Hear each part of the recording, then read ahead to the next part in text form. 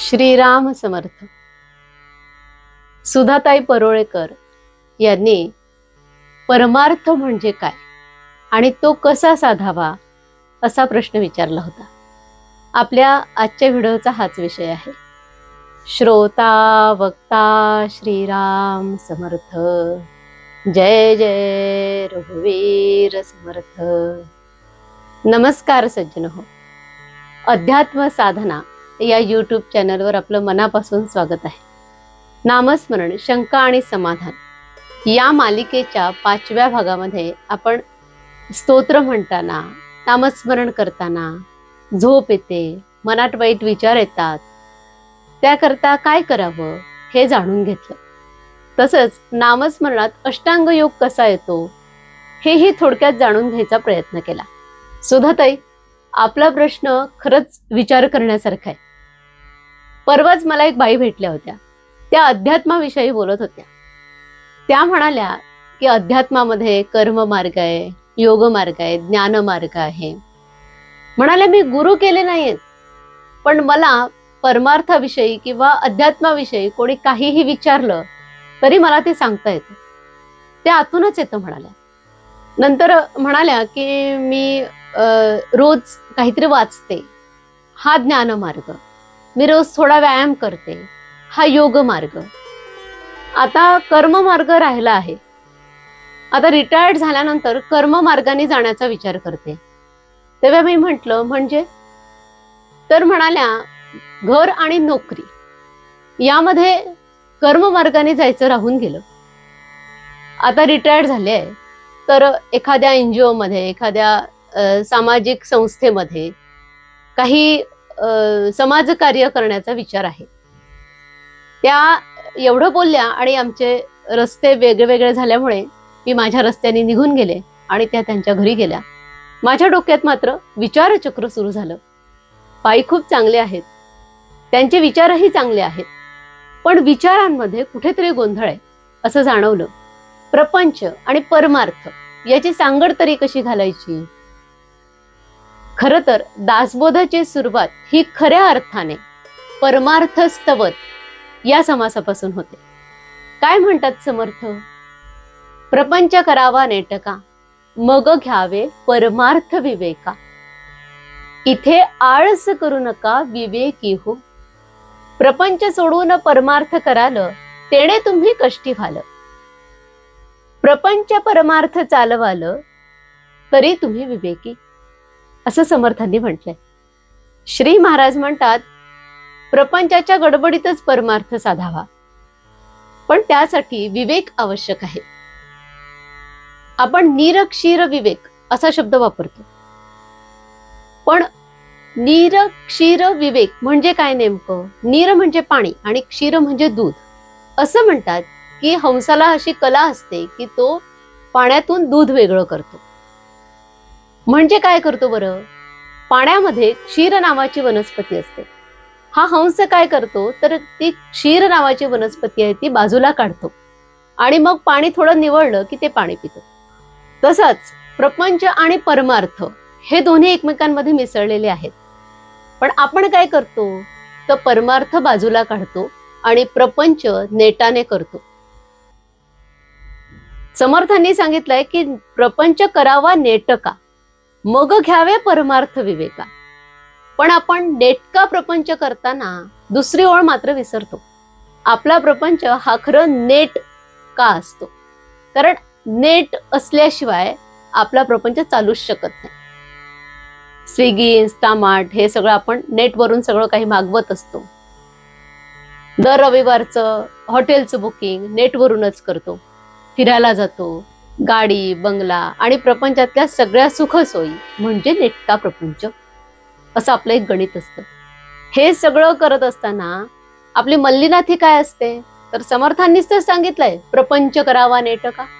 पण समर्थांनी त्याच्या पुढे काय सांगितलंय हे मात्र आपण सोयीस्करपणे विसरतो. ते म्हणतात की प्रपंच परमार्थ चालवाल, तरी तुम्ही विवेकी. म्हणजे प्रपंच करता करताच आपल्याला परमार्थात जायचंय. आपण लाईफ एन्जॉय करायचं नाही असंही नाही, पण या सगळ्यांचा करता मी नाही.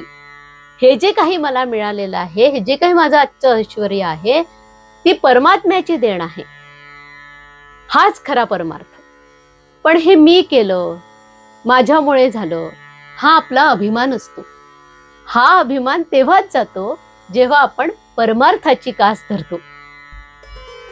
मुळात आपण संत वचनांचे अर्थ आपल्या सोयीनुसार लावत असतो. म्हणजे जसं नीरक्षीर विवेक, याबद्दल आपला गैरसमज आहे की हंस पाण्यातून दूध वेगळं करतो. तसेच आपण संत वचनांचे अर्थ लावत असतो. समर्थांच्या ओवींचा अर्थ आधी नीट समजून घेऊया. त्याकरता प्रपंच आणि परमार्थ म्हणजे नेमकं काय हे समजून घेऊया. श्री महाराज म्हणतात की 5 जणांचा मिळून प्रपंच बनतो आणि त्यामध्ये प्रत्येक जण स्वार्थी असतो. आणि आपल्या सगळ्यांना हा अनुभव आहे, पण तरीही आपल्याला प्रपंच सोडावा असं वाटत नाही. आपला देह कसा बनला आहे, तर देहामध्ये 5 प्राण आहेत, 5 महाभूत आहेत, 5 ज्ञानेंद्रिय आहेत, 5 कर्मेंद्रिय आहेत. असा हा आपला देह बनलाय. त्या 5 प्राणांमधल्या किंवा या सगळ्यांमधल्या एकाने जरी ठरवलं, बंड केलं आणि तो निकामी झाला तर काय होईल? तर आपलं शरीर विकलांग होईल. तसंच प्रपंचाचं आहे. प्रपंचामध्ये एखादा जरी चुकीच्या मार्गाने गेला तरी संपूर्ण प्रपंचाचा विचका होतो. आपला जोडीदार कसा मिळावा यावर बहुधा प्रपंचाचा खेळ अवलंबून असतो, नाहीतर सगळा खेळ खंडोबाच होतो. हे काही समर्थांना माहिती नव्हतं. म्हणून तर समर्थ सावधान म्हटल्याबरोबर सावध झाले आणि भोवल्यावरून पळाले. पण आपण मात्र लग्न कधी होईल याचा विचार करत असतो. आता समर्थांची गोष्ट वेगळी आहे. समर्थांना विश्वाची चिंता होती. समर्थांनी आपल्या जीवनातला क्षण जगदुद्धारासाठी खर्च केला आणि आपलं जीवन परमार्थाला वाहून घेतलं. पण आपल्यासारख्या प्रापंचिक लोकांची स्थिती मात्र अशी नसते. त्यामुळे समर्थांनी आपल्याला बजावलंय. ते म्हणतात, प्रपंचे जो सावधान तो परमार्थ करील जाण. प्रपंची जो सावधान तो परमार्थ करील जाण. प्रपंची जो अप्रमाण तो परमार्थी खोटा. समर्थांनी कायम विवेक आणि सावधानता यावर भर दिलाय. पण ज्याला 2 वेळचं अन्न खायला मिळत नाही त्याला परमार्थाचा काय उपयोग? श्री महाराज म्हणतात की ज्याला 2 वेळची भाकरी मिळत नाही त्याला पंचपक्वान्न कसे करावे हे शिकवण्यासारखं आहे. पण ज्यांना प्रपंचात अनुकूलता आहे आणि तरीही जे वेडेवाकडे वागतात, त्यांनी देहाने कितीही पूजापाठ केला किंवा तीर्थयात्रा जरी केल्या तरी त्याचा फारसा उपयोग होत नाही. कारण परमार्थात ढोंग मुळीच उपयोगाचं नाही. तसंच तो जबरदस्तीनेही करून त्याचा काही उपयोग होत नाही. तेव्हा परमार्थ आणि प्रपंच यांची सांगड घालता आली पाहिजे. आता परमार्थ म्हणजे काय हे समजून घेऊया. समर्थांनी दासबोधामध्ये परमार्थाचे अनेक अर्थ दिलेले आहेत. पण आपण सर्वसाधारण काय म्हणतो? परम म्हणजे मोठा, श्रेष्ठ, आणि अर्थ म्हणजे अर्थ, ज्याला काही अर्थ आहे असं. आपल्याला अर्थ या शब्दाचे 2च अर्थ माहिती आहे. एक म्हणजे मिनिंग आणि दुसरा म्हणजे मनी. या अर्थार्थी संबंधावरून एक छान सुभाषित आठवलं. अर्थार नाम जने दुःखम अर्जितानाम च रक्षणे. आये दुःखम व्यये दुःखम धिगर्थान कष्ट संश्रितान. पैसा आला तरी दुःख, पैसा गेला तरी दुःख, धिक अर्थान कष्ट संश्रितान. दोन्ही ठिकाणी कष्टच आहे. अशा पैशाचा धिक्कार असो. असं असलं तरी आज प्रपंचाला पैसा अत्यंत आवश्यक आहे, पण तो अनितीच्या मार्गाने मिळवू नये. एक आणखीन छान सुभाषित आहे. लोभमूलानि पापानि संकटानि तथैवच. लोभात प्रवर्तते वैरम अतिलोभात विनश्यति. अतिलोभात कुबेरोपी दरिद्र्यो निश्चितं भवेत्. मितव्ययात दरिद्रोपी निश्चितं धनवान भवेत्. अर्थात लोभ हे सगळ्या पापांचं मूळ आहे. सगळ्या संकटांचं मूळ काय असेल तर लोभ आहे. अतिलोभ केला तर माणसाचा विनाश होतो. म्हणून अतिलोभ करू नये. अतिलोभाने कुबेर सुद्धा दरिद्री होतो. पण खर्च जर मर्यादित केला तर एखादा गरीब सुद्धा कुबेर होतो, असं या श्लोकामध्ये सांगितलंय. पैशाचा लोभ माणसाला कर्मदरिद्री बनवतो. म्हणजे डीमार्ट मधून ढीकभर वस्तू घेणारे लोक एखाद्या भिकाऱ्याला काही देताना मात्र त्याला वाटेल तसं बोलतात. कदाचित मागच्या जन्मी या भिकाऱ्याने त्या श्रीमंत माणसाचाच रोल केलेला असावा. आपल्या बाबतीत हे घडू नये म्हणून श्री महाराजांचं वचन जे आहे की प्रपंचाच्या गडबडीतच परमार्थ साधावा, ते आपण आचरणात आणायला हवं आणि त्यासाठी परमार्थ काय हे समजून घ्यायला हवं. समर्थांनी दासबोधामध्ये परमार्थाचे जे अनेक अर्थ सांगितले त्यातला एक जरी अर्थ आपण घेतला तरी आपलं काम होईल. समर्थ म्हणतात परम म्हणजे सर्वोत्कृष्ट, सर्वश्रेष्ठ आणि अर्थ म्हणजे ध्येय. आज आपलं सर्वोत्कृष्ट ध्येय पैसा कमावणं हे आहे, पण तसं नाही. सर्वोत्कृष्ट ध्येय आहे ते परमेश्वराची प्राप्ती करून घेणं, त्याला परमेश्वर काय आहे हे समजून घेणं. पर्यायाने आपण कोण आहोत हे समजून घेणं. मी कोण आहे, कशासाठी जन्माला आलो आहे हे समजून घेणं म्हणजे परमार्थ. विनोबा भावेंनी अर्थ या शब्दाचा हित असा अर्थ केलाय. आता परमार्थ म्हणजे काय तर आपलं सर्वोत्कृष्ट हित. आणि म्हणूनच परमार्थ हा 60 नंतर करायची गोष्ट नाहीये. जितक्या कमी वयात परमार्थ सुरू कराल तितका तुम्हाला त्याचा फायदा होईल. म्हणूनच शाळेमध्ये दासबोध, भगवद्गीता यासारखे ग्रंथ अभ्यासाला असायला हवेत. जेव्हा आपल्याला अंधारात एखादा रस्ता पार करायचा असतो तेव्हा आपल्याला काठीचा आधार असतो. काठीच्या आधाराने आपल्याला खाचखळगे कळतात. तसंच प्रपंचामध्ये परमार्थाच्या आधाराने आपल्याला प्रपंचातल्या बऱ्या वाईट गोष्टी समजतात आणि त्याचा आपल्याला फायदा होतो. म्हणून परमार्थ हा लवकरात लवकर सुरू करावा. समर्थांनी परमार्थाला निजस्वार्थ म्हटलंय. पूज्य बाबा बेलसरेंनी आपल्याला श्री महाराजांचा एक निरोप दिलाय. तो असा की स्वार्थ खरा साधारे नित्य तुम्ही नामगायनी जागा. तर हा स्वार्थ आपल्याला साधायचा आहे, म्हणजे नामस्मरण करायचंय. त्या बाई म्हणाल्या होत्या की आता मी रिटायर्ड झाले आहे, आता मी कर्ममार्गाने जाणार आहे. पण असं ठरवून कर्ममार्गाने जाता येतं का हो? तर आपण रोज जे कर्म करतो, आपलं नित्य कर्म म्हणजे जे कर्म आपल्या वाट्याला आलेलं आहे ते कर्म सहजपणे करणं. कुठलंही काम करताना, ऑफिसचं काम असेल, कुठलंही आपल्या वाट्याला जे काही कर्म आलं आहे ते करताना सहजतेने करणं, चिडचिड न करता, आदळापट न करता, त्रागा न करता करणं. आणि त्यामध्ये हे सगळं माझ्याकडून तो परमात्मा करून घेतो आहे, हे सगळं त्याच्या इच्छेने होतं आहे, करता करविता तो आहे, त्याच्या मार्गदर्शनाखाली मी हे सगळं करते आहे, अशी भावना ठेवणं हा खरा कर्ममार्ग आहे. श्री महाराज म्हणतात की प्रपंच मुळीच नासका, विवेके करावा नेटका. कारण परमार्थ म्हणजे दुसरं तिसरं काही नसून वृत्ती सुधारण्याचा मार्ग आहे. महाराज खूप छान उदाहरण देतात. ते म्हणतात की एकाने कोळशाचं दुकान टाकलं आणि दुसऱ्याने पेढ्याचं दुकान टाकलं. पण दुकान कशाचंही असलं तरी त्यामध्ये नफा किती होतो याला महत्व आहे.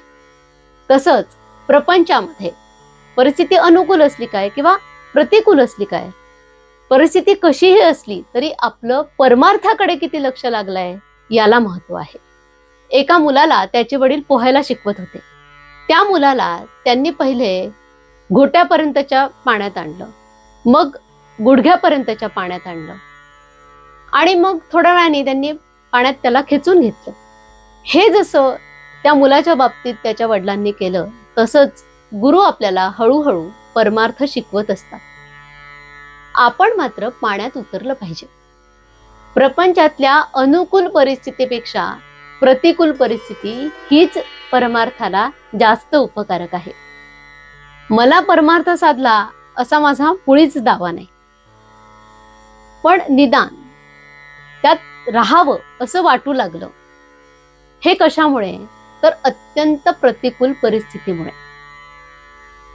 सगळ्या बाजूंनी एकदम संकट आली, पण या संकटांमध्ये मला तारलं ते नामस्मरणाने, पर्यायाने माझ्या सद्गुरूंनी म्हणजेच परमार्थाने. सुरुवातीला असं काहीतरी निमित्त होतं. संकट आली की आपल्याला चैन पडत नाही, संकट आली की नाम बंद होतं, असा आपला एक अनुभव आहे. मग अशा वेळी काय करावं? अशा वेळी श्री महाराजांना किंवा आपल्या गुरूंना, आपण ज्या परमेश्वराला मानत असू त्यांना आपल्यावर आलेली परिस्थिती माहिती आहे आणि ही परिस्थिती आपल्या अंतिम हिताची आहे असं समजून आपण श्रद्धेने नामस्मरण करावं आणि त्यामुळे आपल्याला आहे त्या परिस्थितीमध्ये समाधान मिळतं. पूज्य बाबा बेलसरांनी त्यांच्या एका नात्यातल्या बाईची गोष्ट सांगितली. ही बाई सतत नाम घेणारी होती आणि रोज सकाळी ती मानसपूजा करीत असे. ती श्रीरामाची मानसपूजा करायची.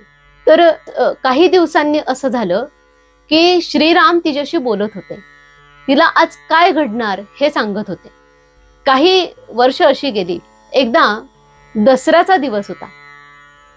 सकाळी ती मानसपूजा करून उठली आणि तिला खूप अस्वस्थ वाटत होतं, कारण मानसपूजेत श्रीरामाने सांगितलं होतं की तुझा लहान मुलगाच जाणार आहे.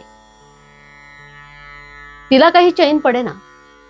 तरीही तिने सगळा स्वयंपाक केला, पण तिचं लक्ष मात्र मुलाकडे होतं. ती त्याला सतत कुठे गेला हे बघत होती. त्याला बाहेर जाऊ नको म्हणून तिने सकाळीच बजावलं होतं. पण 2-4 मुलं आले आणि ते म्हणाले की आमच्या घरी प्रसादासाठी म्हणून आम्ही याला घेऊन जातो. त्या बाईंनी त्याला बजावलं की प्रसाद घेतल्याबरोबर लगेच घरी परत ये. तो मुलगा त्यांच्या घरी गेला, प्रसाद वगैरे घेतला आणि त्याच्यानंतर त्या मुलांचं असं ठरलं की ओढ्यावर आपण जायचं. आणि तसा तो मुलगा त्यांच्याबरोबर ओढ्यावर गेला आणि ओढ्यावर पाण्यामध्ये खेळता खेळता तो मुलगा पाण्यामध्ये बुडाला. ह्या बाईचं लक्ष लागेना, मुलगा अजून आला नाही. थोड्या वेळाने काही लोक त्या मुलाचं प्रेत घेऊन आले. बाईला खरं तर मानसपूजेत हे श्रीरामाने सांगितलं होतं, पण तरी आईचं हृदय, तिला खूप वाईट वाटलं. ती खूप रडली की रामा हे काय झालं. पण थोड्या वेळाने ती सावरली आणि जे झालं ते रामाच्या इच्छेने झालं असं म्हणून शांत बसली. त्या मुलाचं सगळं कर्म झालं. त्या दिवशी दसरा होता, त्यामुळे संध्याकाळी तिने जे काही विधी असतात ते व्यवस्थित पार पाडले. तर हे आहे परमार्थाचं महत्व. जो परमार्थ करतो त्याला शोक, चिंता, भय हे कधीच वाटत नाही आणि तो सगळ्या प्रसंगांना सहज सामोरा जातो.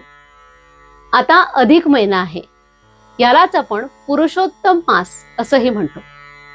पुरुष उत्तम म्हणजे गुड ह्युमन बीइंग आजच्या भाषेत सांगायचं तर आपल्याला हा उत्तम पुरुष बनायचं असेल, म्हणजे गुड ह्युमन बीइंग बनायचं असेल तर काय करावं हे आपल्याला परमार्थ शिकवतो. आता प्रपंच आणि परमार्थ यांची सांगड कशी घालावी हे नारायण बुवा जालवणकर यांनी खूप चांगल्या शब्दांमध्ये सांगितलंय. ते म्हणतात, प्रापंची ममता कधी धरू नको, लोभात गुंतू नको. लोकी तू खळ नष्ट दुष्ट भलत्या, संगात बैसू नको. काही कर्म करू नको गुरु महापंथासे मोडू नको. जो कोडी भव दुःख सर्व निरसी, तो देव सोडू नको. खर तर ही सुविचार मला खूप छान आहे आणि आपल्याला प्रपंच आणि परमार्थाची सांगड कशी घालावी हे समजून देणारी आहे. आपल्याला हा भाग कसा वाटला मला कमेंट बॉक्समध्ये जरूर कळवा. आपले काही प्रश्न असतील, शंका असतील तर जरूर विचारा. आज इथेच थांबूया. जय जय रघुवीर समर्थ. श्रीराम समर्थ.